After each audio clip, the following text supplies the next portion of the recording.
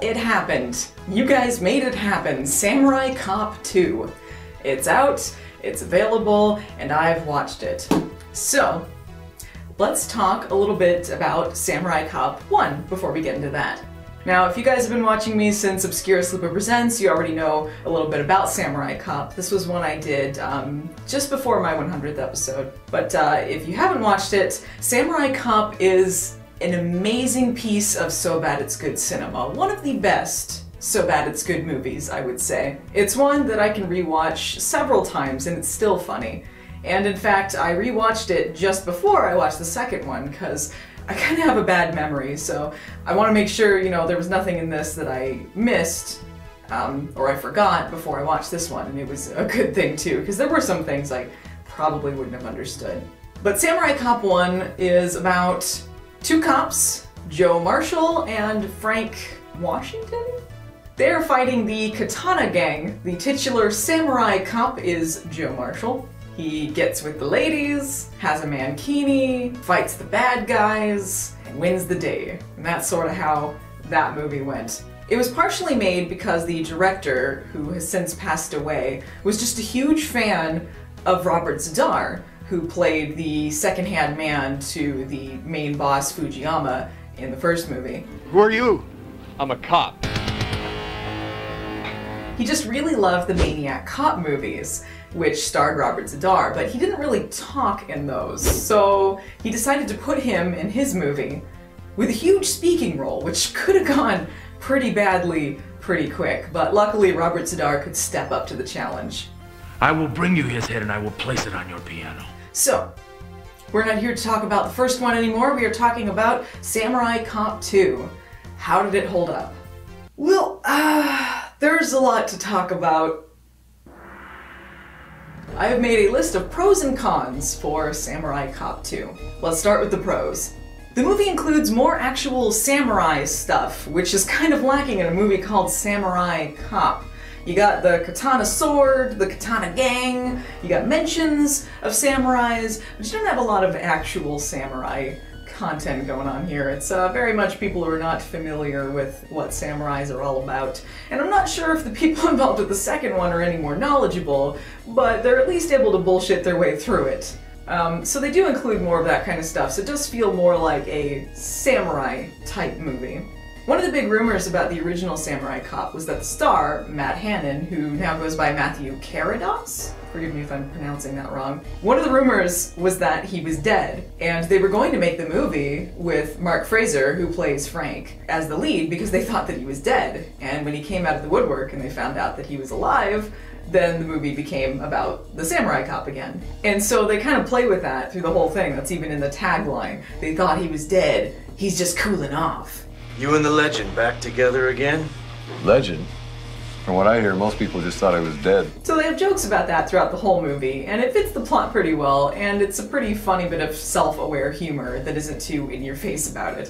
When you do a sequel to a so bad it's good movie, it's sort of a hard line to tread, because you can't really try to recreate something that is just bad unintentionally. And if you try to do that badly like that, there's this disingenuousness about it that is really off-putting. So it's really difficult to try and recreate that without being disingenuous, but still making a really funny movie, especially when it doesn't involve the original director or writers in the creative process.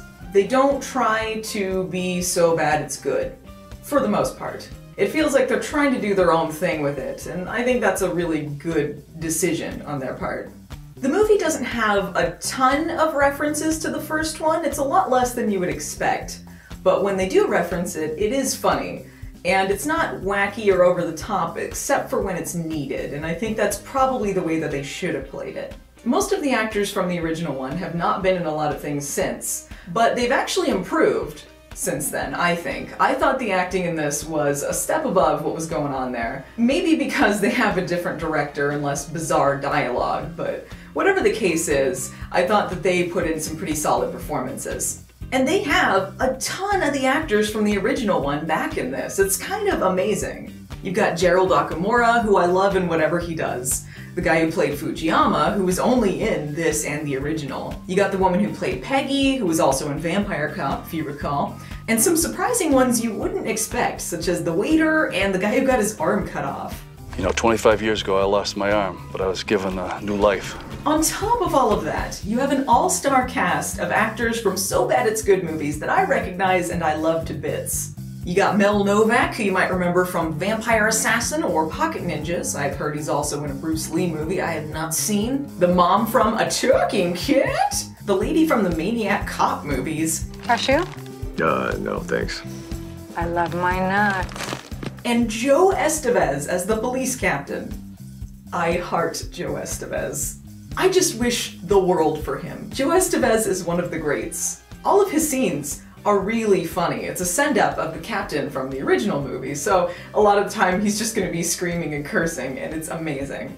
I need you on this case like I need fleas circling my asshole. And of course, you have Tommy Wiseau in this movie, of The Room fame. I'm gonna talk about him more in his own section. There is a lot to go over with Tommy Wiseau. But I will say this, I loved his costume, I loved his enthusiasm for what was going on, and I am glad that he's getting involved in more movies. You can never get enough Tommy Wiseau. Far and away, my favorite part of the movie is Mark Fraser as Frank Washington. He is so good. He plays well off of the absurdity of the situation. His character is the only one that sort of makes sense at the end. He's shooting ninjas left and right, and that's one of the funniest gags in the movie that I found. You're shitting me.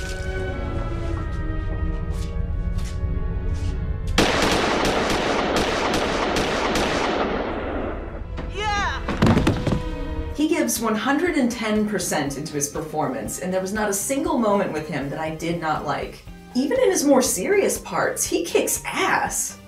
I'm tired, but I'm not washed up. He's actually a legitimately good actor in this, and it's surprising that he wasn't in more things. And I hope this opens up some opportunities for him, I really do. So now I gotta go into the cons. There's not enough buddy stuff with Joe and Frank, which is one of the big appeals of the original movie. It's clear his part of the script wasn't changed much from when it was originally about his character. It was like they just ripped out big chunks of it and replaced it with Matthew Carrados's character. And so it makes the movie seem really disjointed and his story incomplete. His character just sort of fizzles out of the movie right around the half-hour mark, and he just sort of fades into the background and becomes pointless, especially during the last scene, which is really a shame because he is the best part of this movie. Now, I know I gave the movie credit for trying to do its own thing and not trying to be so bad it's good and just emulate things from the first one. I don't want just a rehash of what was happening in part one.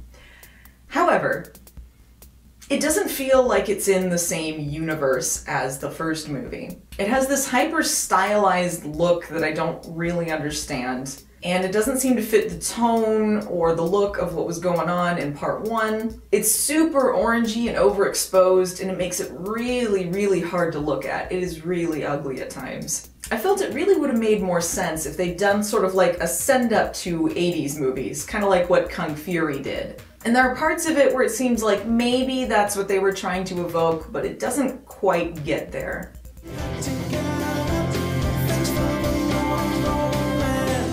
Some of the soundtrack songs are really great and kind of get you going, but a lot of them are kind of distracting and sound about 10 years out of date.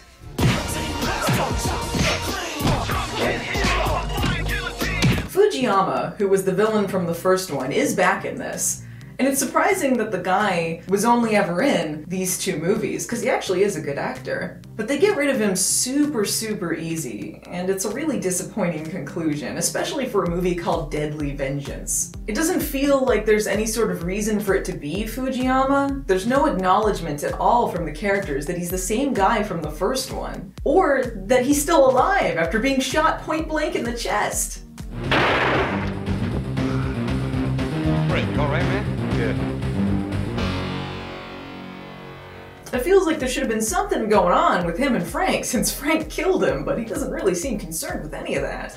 The movie doesn't have a super high budget, and I can understand that. I mean, you gotta work with what you got. But there are some things that aren't needed, like the excessive amounts of drop-in blood splatters that are really super cheap looking. And there are times when it's just completely unnecessary, like drop-in bruises at one point that don't track very well. I don't understand why they couldn't just use makeup for that scene. It doesn't really make a lot of sense, and it's more distracting than if they just left it blank. There was a ton of sleazy nudity in this, far beyond what was in the original, including segments that could be placed anywhere in the movie that are just there for boobs. So it kind of makes it seem like a different genre of movie entirely. Maybe it's because I'm just not the person to market this to, but sometimes it's just kind of gross.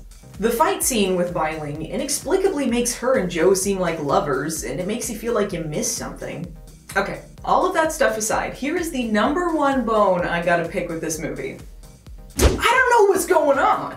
What is happening at any point in this movie? The planets, the stars, the universe. I have watched your dinosaurs operating under your sickly inferior human instincts instead of the cosmic forces which guide us. I watched this movie twice, and I still have a hard time knowing exactly what happened. I was watching this with Phelan, and at one point, I think around the hour mark, I just turned to him and said, "Are you having as much trouble following this as I am?" It was really frustrating because we were really wanting to get behind this. There's a lot of really confusing editing that doesn't seem purposefully done bad. And even if you're gonna do that, you still gotta make sure that people understand that that's what you're doing. There are times when if you blink, you're gonna miss how you got there. There are some parts too where it feels like they didn't film what they needed to kind of connect certain pieces. If I can kind of spin this into a positive though, it feels like they were probably just a little too ambitious with what they were doing. Like the film got a little too lofty for what they could handle. Sometimes there are random surreal dream sequences, drug trips, things to kind of bring us on this character journey, but it isn't always made clear what exactly it is that you're looking at, such as segments on the TV that might be hallucinations, flashbacks, or both. I still don't really know. There's some plot about robotics that goes nowhere. There are things that blow up on the plane, but I'm not sure what. The plane held up extraordinarily well for something that had an explosion inside it, by the way. If I had to explain the plot of the movie, the simplified version is there is a gang war and the samurai cop has to stop it. So if you get that, you're gonna know what's going on sort of, but not all of the time. For example, I'm not sure how many gangs there actually are in this war. There are at least 3, possibly 4. Which I didn't even realize until the second viewing. I just thought there was 2. Some of the gang members are playing different sides, there's way too many cast members, and way too many similar-looking porn actresses I couldn't distinguish between. I'm confused. Are we on the same side? Sometimes they use the same set for both gangs' headquarters, so I had trouble following who had what motivation and who was against who. There's a woman who looks exactly like Joe's dead wife, for no particular reason, who's playing both sides of the gang, and with him, and with the cops. She has brown hair instead of blonde hair, except for one scene where she has the blonde hair again, but then she puts a wig back on and he doesn't question this, and I'm not sure why. I have no idea who these 2 cops are, what they had to do with anything, and who is this woman? There's too many similar names. The Katana gang is against Katano, who leads the Shinjuku gang. Then there's the Ginsu gang, who is led by Mel Novak, who is also in the FBI and takes over the case. I think this random brand of condoms has a gang who's just one guy who shows up for one scene.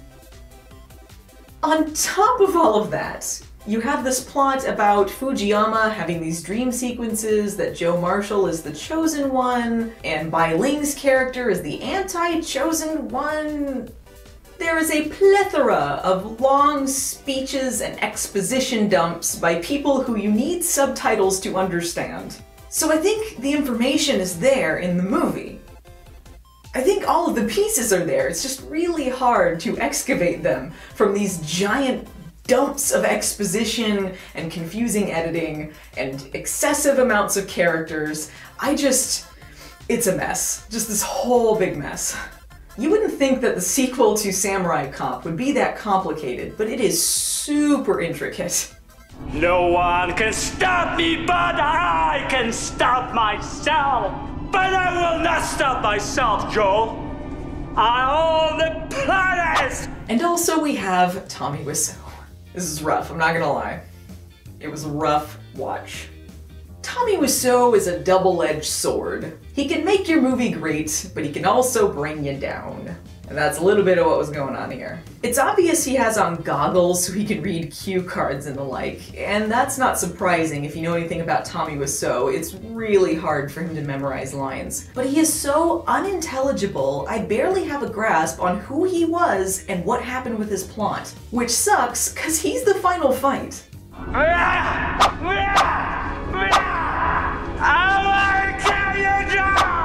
I don't think he knows what he's talking about. I don't think he even knows who he's mourning during this funeral scene. I think he keeps saying he cannot be dead, but it's a woman.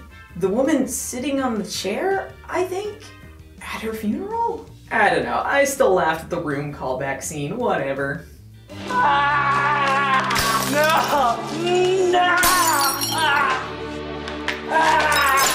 Tommy Wiseau barely has a grasp on English. And yet, they give him a ton of dialogue with Japanese in it? That sprinkled with a ton of Tommy Wiseau nonsense improv. For the crime of murder our Shinjuku, Sector Minister, Ranjin Asakazu,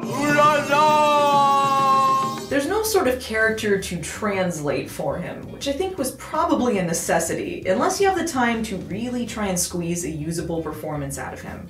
I mean, I laughed because it's Tommy Wiseau, but I could not tell you one complete sentence he said.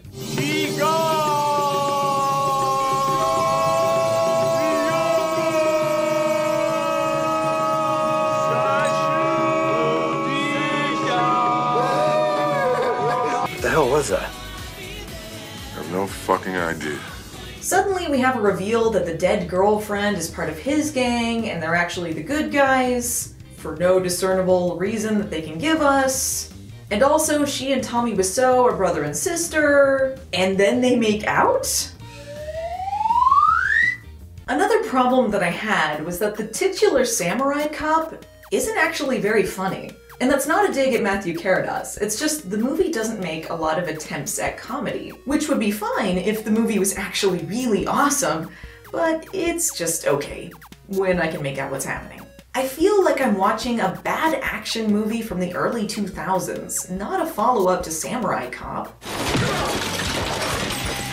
Sorry, wrong number.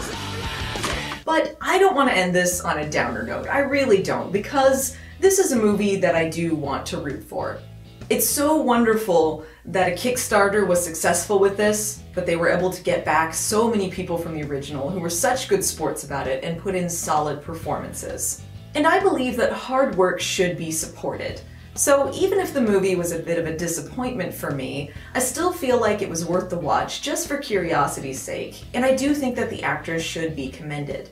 The original Samurai Cop was the perfect storm of hilarious badness, so it's unfair to expect them to capture lightning in a bottle twice. And as much criticism as I've given the film, I truly think the original's director, Amir Shervin, would be proud to see his film get so much love that this even happened. So if you're curious about it, make the judgment call for yourself. The movie is available on Blu-ray and DVD, so have fun, kids. Keep it warm.